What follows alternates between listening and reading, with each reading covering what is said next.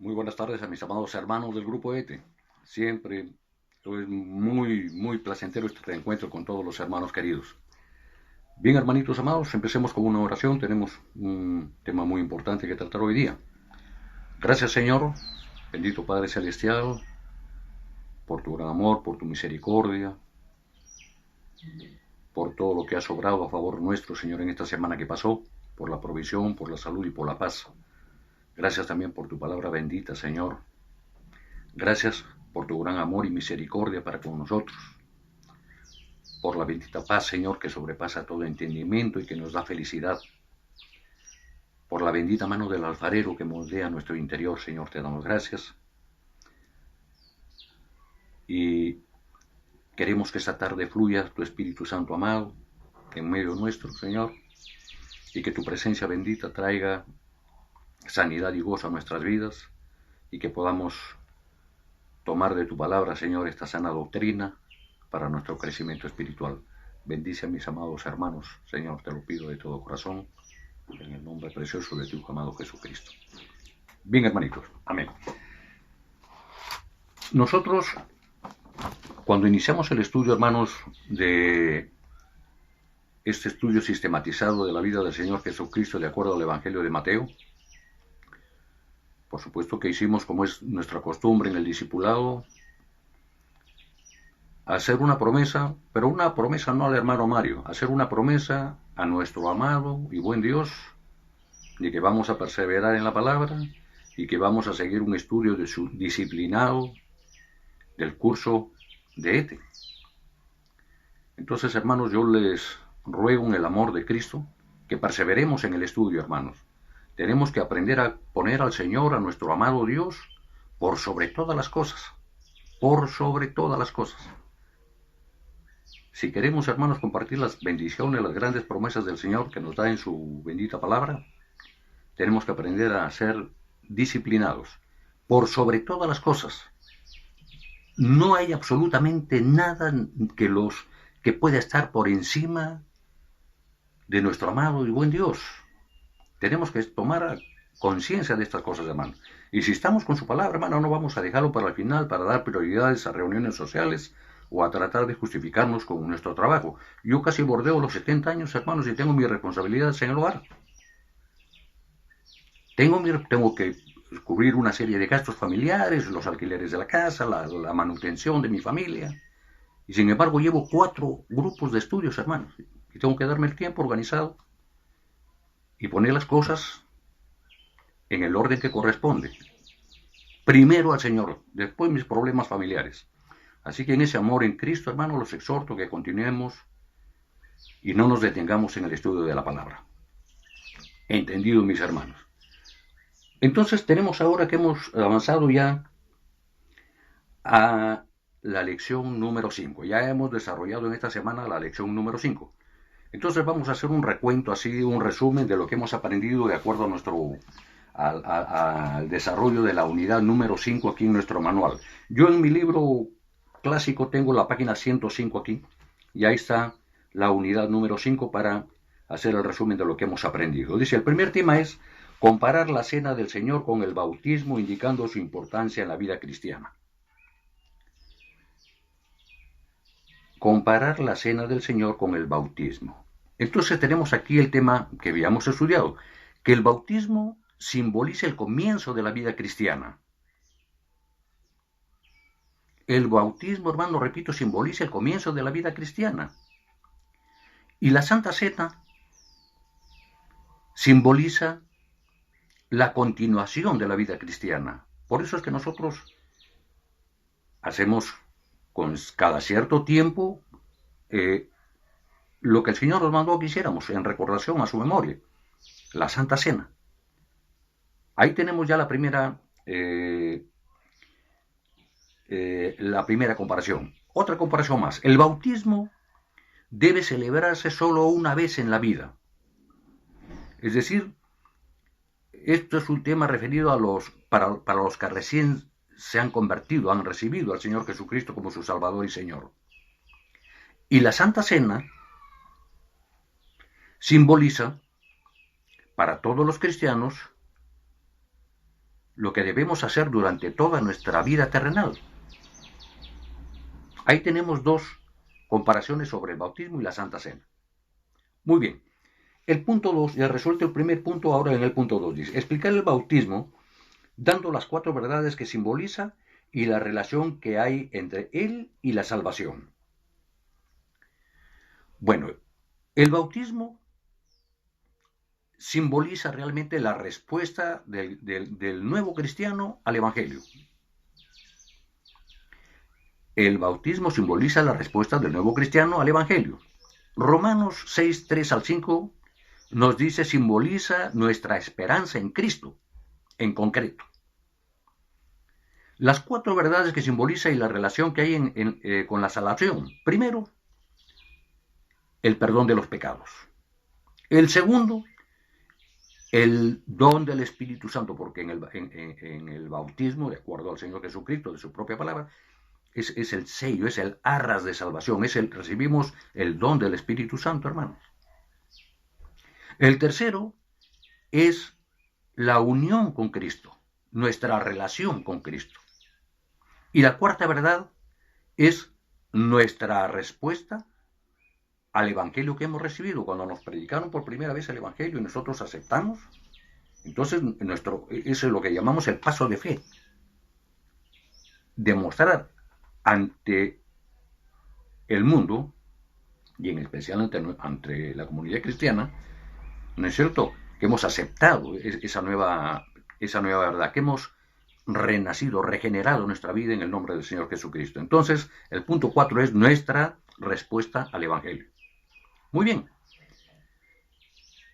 Ahora tenemos que ver 2 razones que justifican por qué los cristianos deben bautizarse. Las 2 razones principales de lo que podemos nosotros tomar de la palabra de Dios es lo que, primero, porque es un mandato de Jesucristo. Recuerden ustedes las palabras ahí en Mateo 28, id y predicad el Evangelio, ¿no es cierto?, y bautizarlos en el nombre del Padre, del Hijo y del Espíritu Santo. Es el mandato del Señor. Entonces, la primera respuesta es porque Jesucristo lo manda. Y la segunda respuesta viene a ser porque confirma nuestra salvación. Esas son las 2 razones por qué debemos bautizarnos. Porque Jesucristo lo manda y porque confirma nuestra salvación. Es el arras de garantía que comentábamos hace un momento. En el punto 3, que dice, describir la manera en que las distintas iglesias practican el bautismo y usando la Biblia decir quién puede ser bautizado y cuándo. Entonces, describir la manera en que distintas iglesias practican el bautismo. Dentro de la comunidad cristiana, hermanos, sabemos que hay un sinnúmero de congregaciones, ¿no es cierto? Algunas bautizan solo en el nombre de Jesús. Unos lo hacen porque, en cierto modo, niegan al Padre y al Espíritu Santo. Entonces hay que tener mucho cuidado aquí con este tipo de congregaciones que se autodenominan cristianas, ¿no es cierto? Porque el fundamento de la doctrina es Padre, Hijo y Espíritu Santo. Pero aquí en este caso se inhiben. Entonces hay que tener mucho cuidado con estos grupos. Otros lo hacen porque prefieren la fórmula más sencilla. Y esto de la fórmula más sencilla, hermanos, es entre comillas. Porque ahí no hay buen discernimiento de la palabra. Aunque en algunos versículos que normalmente lo sacan fuera de contexto para decir que solamente hay que decir en el nombre de Jesucristo, es decir, ahí hay una mala interpretación, hermano, es un falso discernimiento. Debemos tener un fundamento sólido respecto a lo que la Biblia nos enseña. Hay que bautizar en el nombre de las 3 personas de la Trinidad. ¿No es cierto? Lo más seguro y que tiene significado y más completo es bautizar en el nombre de la Trinidad. Por eso la gran mayoría de las iglesias cristianas, hermanos, dicen que los elementos necesarios para el bautismo son usar el agua, como ya ustedes lo saben y lo han recibido. Todos nosotros los que somos cristianos ya sabemos qué significado tiene la inmersión, ¿no es cierto? Y salvo en especialísimos casos, la otra forma había por razones de salud, ¿no es cierto? pero la inmersión. Y segundo, bautizar en el nombre del Padre, de Dios el Padre, del Hijo y del Espíritu Santo, exactamente como lo manda o como lo enseñó el Señor Jesucristo, capítulo 28 de Mateo. Muy bien. Efectivamente, en Mateo 28, 19, para ser exactos, la fórmula que debe decirse, digamos, en el culto del bautismo, es bautizar efectivamente en el nombre del Dios Padre, del Hijo y del Espíritu Santo. Con esto zancamos el tema, hermano, respecto a cómo debe bautizarse. Y obviamente deben bautizarse todos quienes han recibido el mensaje de salvación. No puede bautizarse a una persona que no haya recibido primero el mensaje de salvación. Eso es clarísimo, hermanos. Y aunque el bautismo no contribuye a la salvación, el bautismo realmente no contribuye a la salvación, sino más bien es el resultado de la misma, o sea, es el resultado de la salvación, es nuestro paso de fe. Recordemos, hermanos, por ejemplo, un caso, cuando Jesús está crucificado y está con los dos ladrones ahí también crucificados, al que sí creyó, al que le dijo, te aseguro que hoy mismo estarás conmigo en el reino celestial, él no recibió el bautismo, sin embargo, participará con nosotros en el reino celestial. Esa misma noche lo llevó el Señor a él. Entonces, tenemos que tener fundamentos sólidos sobre esto, hermano. El bautismo es el resultado de nuestra salvación. Podemos afirmar entonces que cuando hemos recibido el Evangelio, hermano, lo hemos recibido de manera consciente, de manera clara, que lo hemos entendido, lo hemos comprendido. Y lo hemos comprendido porque lo hemos recibido en un momento de claridad de pensamientos. Y para tener claridad de pensamientos se entiende, si es la costumbre judía, a partir de los 12 años hay madurez ya en la persona, ¿no es cierto? A partir de los 12 años. Y estimamos que el ser humano a partir de los 12 o unos pocos años más adelante, ya el ser humano tiene capacidad de entendimiento, es racionalmente inteligente para discernir. Entonces, aquí nos encontramos con este tema. Y que lo afirmamos además, ¿no? Que los bebés y los niños pequeños no pueden tomar una decisión con conocimiento que les permita profesar a Jesús como su Señor y Salvador. En tal sentido, hermanos, y por esta razón en especial, el bautismo que reciben ellos de alguna congregación o de alguien quien practica el bautismo, entre comillas, por supuesto, no tiene ningún valor ni significado espiritual. No tiene valor alguno, hermanos. Por esa razón es que en el estudio bíblico, cuando nos adentramos al estudio de la Biblia, que es la palabra de Dios, en ninguna parte de las Escrituras se insinúa siquiera la práctica del bautismo infantil. Eso hay que tenerlo bien claro, hermanos, en nuestra mente. El punto 4 dice, anotar las referencias en Hechos, en el libro de los Hechos, de cada uno de los 5 sermones que predicó Pedro y describir la ocasión de cada uno. Ahora estamos en el tema de los sermones. Y de paso, hermano, tenemos que hacer una exhortación más. Estamos ahora estudiando el libro de los Hechos. Ya no estamos estudiando necesariamente o repasando el Evangelio de Mateo. Y ya estamos en el libro de los Hechos y ahora debemos, por supuesto, ya haber estudiado hasta el capítulo 5, hermano, porque este tema que estamos hablando en este momento corresponde al capítulo 5. Siempre mi recomendación es escribir, hermano, los capítulos de cada libro que estudien. Ya hemos pasado, por ejemplo, aquí en el resumen de los capítulos de Hechos, la promesa del Espíritu Santo, el primer capítulo, la ascensión, la elección del sucesor de Judas, la venida del Espíritu Santo, el primer discurso de Pedro, la curación de un cojo, el discurso de Pedro en el pórtico de Salomón. En el capítulo 4, Pedro y Juan ante el concilio, los creyentes piden confianza y valor, todas las cosas en común, ¿no es cierto? Ananías y Zafira, el tema de Ananías y Zafira, y muchas señales y maravillas, el tema de los milagros que estamos aquí tratando en la lección 5. Hasta Hechos capítulo 5, hasta ahí hemos avanzado, hermano. Pedro y Juan son perseguidos, la persecución.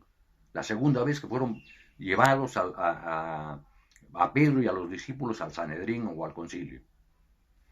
Entonces tenemos que ser ordenados en el estudio, hermanitos. Entonces aquí para el punto 4 tenemos las referencias. Las referencias en Hechos de los 5 sermones de Pedro son las siguientes. Hechos 2:14 al 40. Hechos 2:14 al 40, que lo tienen aquí en el libro que hemos estudiado. Cuando se juntó la gente como resultado de la venida del Espíritu Santo, el llamado el Pentecostés, hermanos. El segundo punto es Hechos 3:12 al 26. Cuando la gente se juntó como resultado de la sanación o la curación de un cojo. El tercero en Hechos 4:8 al 12. Y versículos 19 y 20 también. La primera vez que Pedro y Juan fueron llevados ante el Sanedrín.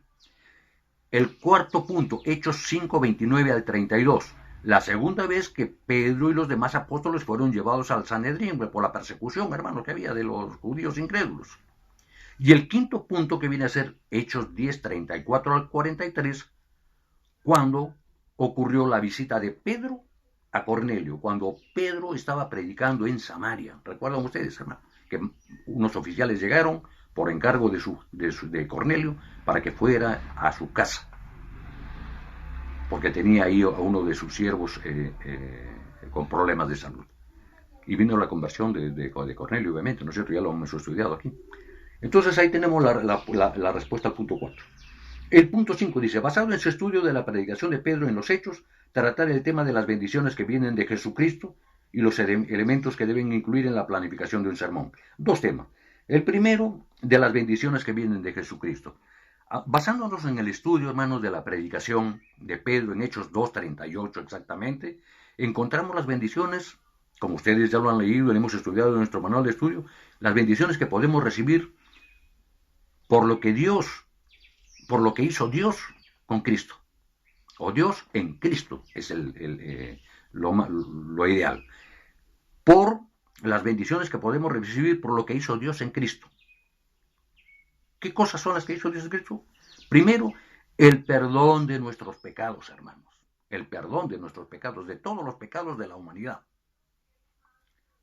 Y el punto 2, el sello del Espíritu Santo, el don del Espíritu Santo, porque hemos recibido el don del Espíritu Santo.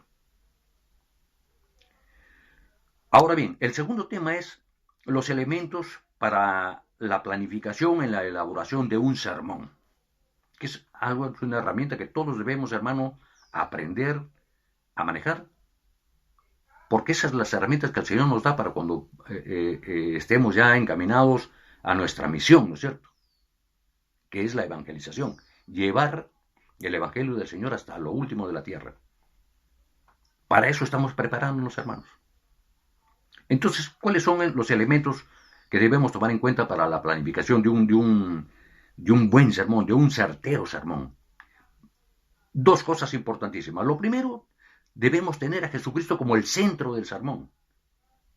Jesucristo debe ser siempre el centro de nuestros sermones, hermanos. En toda evangelización, en toda campaña evangelística, el centro debe ser Cristo, hermano, siempre. El segundo tema, que debemos poner énfasis en la muerte, el significado de su muerte, el significado de su resurrección y la exaltación del Señor.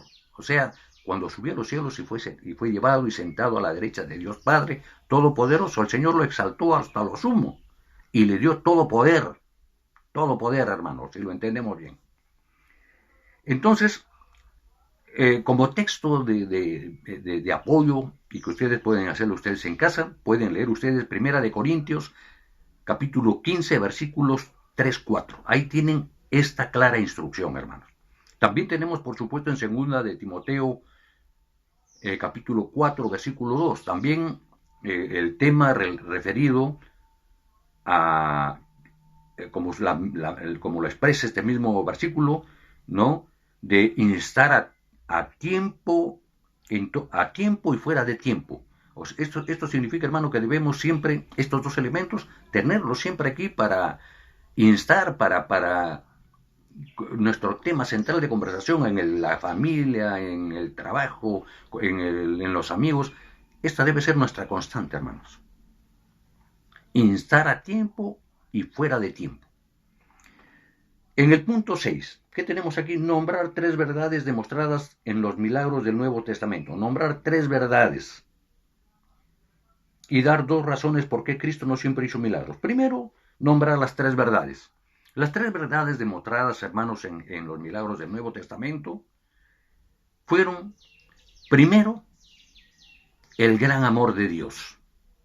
Porque sin el amor de Dios para nosotros, no sería posible que operara ningún milagro a nuestro favor. El amor de Dios es un tema, hermanos, fundamental. Dios es amor. Dios es amor. La segunda verdad, es que el Señor Jesucristo fue exaltado, está sentado a la derecha del Padre y le ha sido dada a Él toda potestad, toda autoridad, hermanos. Toda autoridad. Cuando Él vino, el Señor Jesucristo, a nuestro mundo terrenal, recordemos ya el tema en el segundo libro, la naturaleza del Señor Jesucristo fue el único ser que tuvo 2 naturalezas, la humana y la divina. Solamente para recordar, hermano, ya sabemos entonces que estamos hablando aquí en este segundo punto, la autoridad de Dios. El primer tema, el amor de Dios. Y la segunda verdad, la autoridad de Cristo. ¿Se acuerdan ustedes cuando estaban pescando las tempestades detuvo, el poder del Señor detuvo la tempestad? Los milagros hechos, hermanos, la alimentación de los 5,000, la alimentación de los 4,000, la sanación de tanta gente, hermanos. Ahí están manifiestos todas las verdades, hermanos, de la autoridad de Cristo. Y el tercer punto, que viene a ser la confirmación de la palabra predicada.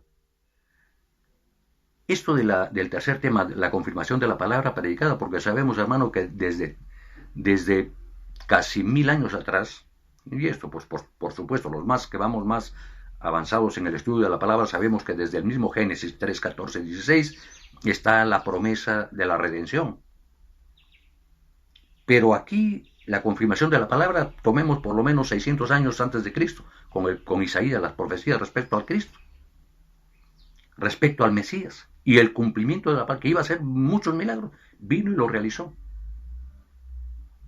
Y está relatado en los Salmos, está relatado en cuanto al libro encontremos de todos los del Antiguo Testamento, todo lo referente al Señor Jesucristo, a su venida, porque la Biblia es cristocéntrica, hermanos. El tema central es Jesucristo. Muy bien. Las 2 razones por qué Cristo no hizo milagros en algunas ocasiones, por supuesto. La primera, cuando no había fe, por la incredulidad. Recordemos, hermano, por la falta de fe e incredulidad. Recuerden ustedes en el tema, en el libro 4, hermanos, las persecuciones.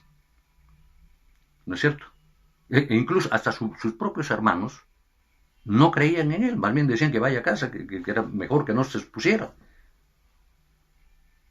Entonces, como bien dice aquí en nuestro manual, en Mateo 13, 58, y más preciso en el versículo 57, dice, no hay profeta sin honra, sino en su propia tierra y en su casa. Entonces, no había fe, hermano, entonces no operó ningún milagro el Señor Jesucristo. En el versículo 58 igual, Mateo 13, 58, y no hizo allí muchos milagros a causa de la incredulidad de ellos. Clarísimo, hermano. Ahora, en el número 2, o sea, la otra razón por qué no siempre hizo milagros, cuando se desvanecía la fe de los discípulos, en este caso de sus apóstoles.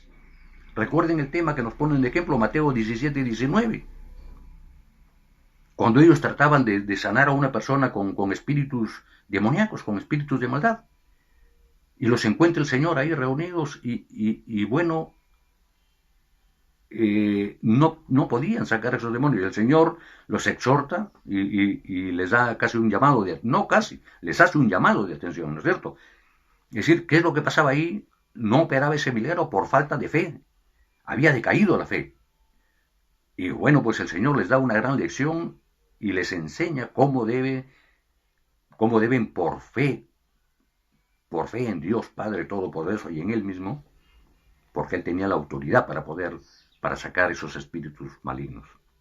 Muy bien, el punto 7, hermanos, final de la unidad número 5, está referido a un debate acerca de la sanidad, basado en Santiago y en Juan. Por razones de tiempo y espacio solamente haremos mención porque les voy a alcanzar un material ahí para que ustedes lo leen en casa con comodidad y tengan una idea, porque no podemos hacer un debate, ya saben ustedes las dificultades que tenemos técnicas. Entonces les voy a alcanzar un material que les sirva a ustedes de reflexión, porque el tema de Santiago es referido a que nuestras congregaciones deben llamar a los ancianos. Los ancianos son los pastores que ya han pasado al retiro, ¿no es cierto? Y no solamente a los que han pasado al retiro, llamar a los pastores vigentes también, para que oren por los enfermos y para que hagan un ungimiento del aceite en el nombre del Señor. Aquí tenemos que hacer un tema de reflexión, pero una reflexión en voz alta. Me dejo entender, un tipo de reflexión en voz alta para ver si nuestra congregación, aunque estamos ahora en una etapa muy difícil por la pandemia, pero a veces es un tema también que el Señor, en este tiempo de refrigerio espiritual que nos ha dado, debemos reflexionar en esto. ¿Cuántos hermanos enfermos tenemos por el problema del COVID? No estamos pidiendo que vamos a poner en peligro a nuestros pastores yendo a ungir a los enfermos. Pero tenemos que aprovechar este medio, por ejemplo, como estamos aquí, de manera virtual. Podemos socorrer, podemos orar por un hermano que ha caído de repente con la enfermedad del COVID. O pensamos que a los cristianos no nos puede tocar el COVID. No obstante, que la soberanía del Señor es sobre todas las cosas. Tema de reflexión, hermanitos. Y lo referido a Juan, el tema, en Juan exactamente 5, 14, 15, dice sobre el capítulo del conocimiento de la vida eterna. Y esta es la confianza que tenemos en Él, que si pedimos alguna cosa conforme a su voluntad, Él nos oye. Y sabemos que Él nos oye en cualquiera cosa que pidamos, sabemos que tenemos las peticiones que le hayamos hecho. Aquí lo dice la palabra. Bien, hermanitos, hasta aquí la lección 5. Continúen, hermanos, desarrollando la lección número 6. Es un tema sumamente importante también la lección número 6. Háganla normalmente como vienen desarrollando.